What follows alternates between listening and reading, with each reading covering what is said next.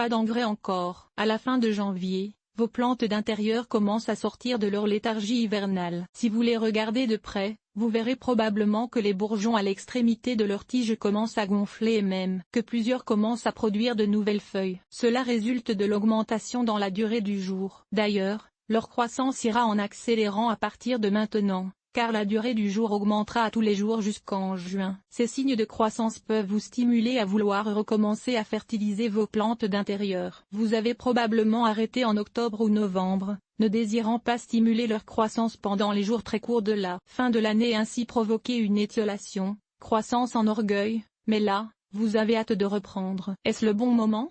Pas tout à fait. Si vous pouvez retenir votre enthousiasme juste quelques semaines encore, vos plantes l'apprécieront. La durée et la qualité de la lumière qui leur parviennent demeurent encore faibles et l'engrais risque alors de provoquer une croissance trop rapide et étiolée. Mieux vaut contenir leur croissance encore un petit peu. À la fin de février ou au début de mars, les jours dureront, au Québec et dans le nord de la France, selon votre latitude, environ 11 heures, soit à peu près 90 minutes de plus qu'aujourd'hui. Et d'ailleurs, atteindront 12 heures, soit le début des jours longs, vers le 21 mars. Mais déjà, à partir d'une durée du jour d'environ 11 heures, on peut dire que le risque de croissance étiolée est essentiellement disparu et que vous pouvez sans crainte recommencer la fertilisation de vos plantes. Donc, visez plutôt la fin de février ou le début de mars pour la reprise de la fertilisation, ce n'est pas si loin. Pour connaître votre longueur du jour, si vous voulez connaître la longueur du jour de votre ville, rappelez-vous qu'elle varie selon la latitude, le site Solar Topo peut vous aider.